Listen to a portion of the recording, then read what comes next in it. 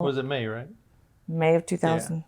So in May of 2009, I lost my job as a manufacturing engineer at a extrusion plant in Shelbyville, Indiana, where we lived.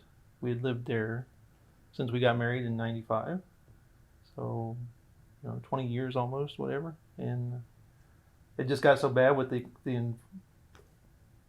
way the economy went so bad that year. Everybody was losing jobs and things like that. So I watched several engineers get laid off within my industry, and I asked my wife then. I said, "So, are you willing to go anywhere in the country if I get a job?" And she said yes. So I started looking every day, sit at home every day and look on the internet, on Indeed, on Career Builder, all of them, looking for a job, and finally found one in Phoenix, Arizona. So we moved out here in October of that year, 2009. But the whole thing was, I was making a little over 65,000 a year as an engineer in Indiana, and we went from, between the two of us, making a little over $100,000 down to me making the unemployment, which was like 230 a week.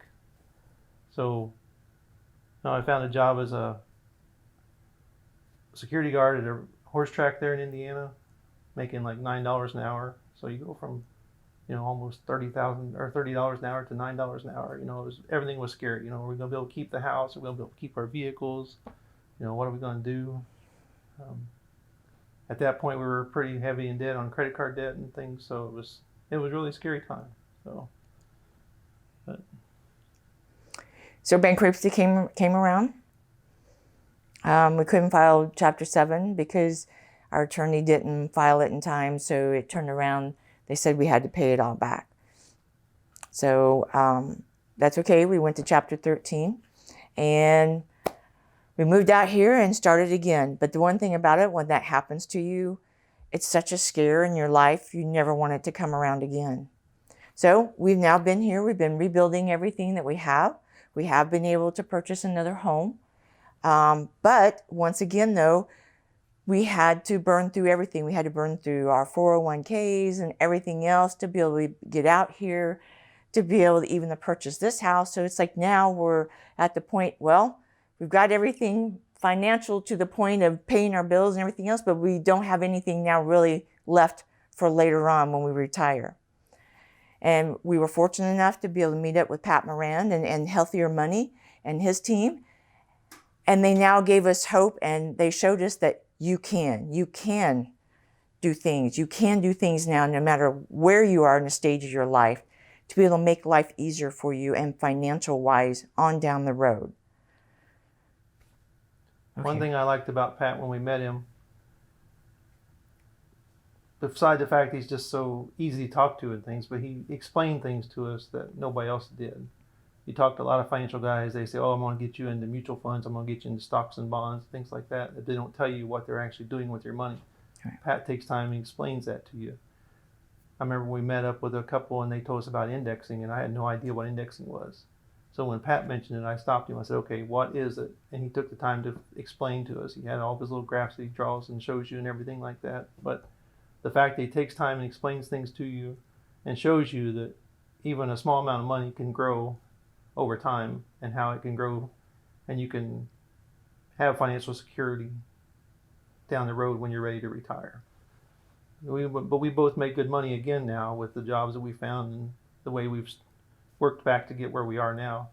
And we both have 401s at our companies, and everything's going good for us. But it helped when we had what money we had left from our 401s and everything that we did have before, to find Pat and the Healthier Money to show us how to invest it and make it work for us so that it grows for us. Because we were with State Farm originally as far as on some of that monies, and it just wasn't doing anything. It wasn't, I mean, I think we saw more losses than we did good out of it, really. But then ever since Pat and them has had our money and whatever, even during all this downfall that we just experienced already, even for this year, we didn't lose money this year. We actually still maintained or gained a little bit. I mean, what else can you ask for in that part, I mean, God is good, don't get me wrong, but that's awesome.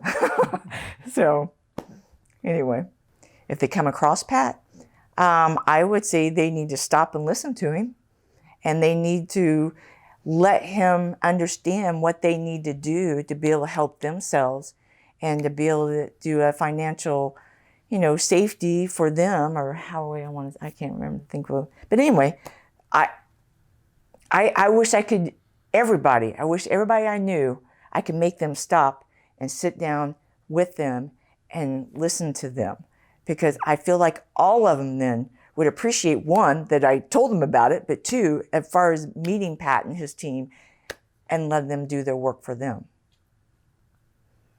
Sometimes it's scary to talk to financial people because of, you don't know if they have your best interest in mind. You've heard so many in the past tell you stories and things never come true. With Pat and Brock, it's totally different the way they treat you. They treat you just like you're a human, not just another number to them.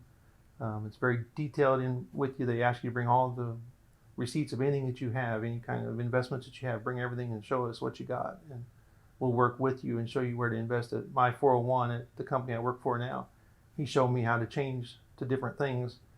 And with all this downfall from the virus, it did probably hit low. I didn't check it, but I just checked it. I told him this earlier. I checked it just the other day, and that one investment he told me to get into is up 17.5%.